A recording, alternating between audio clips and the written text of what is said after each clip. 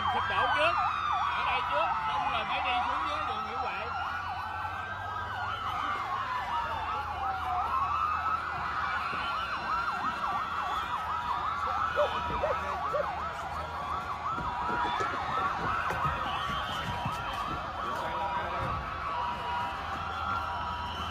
Chủ yếu là phía dưới á, chủ yếu là phía dưới sàn phía dưới.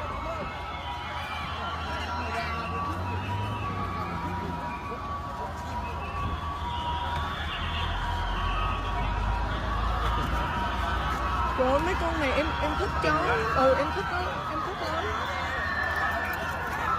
Dạ, trời ơi kìa, nhìn oai vệ. Nước lên, nước lên. Ui, Nước lên.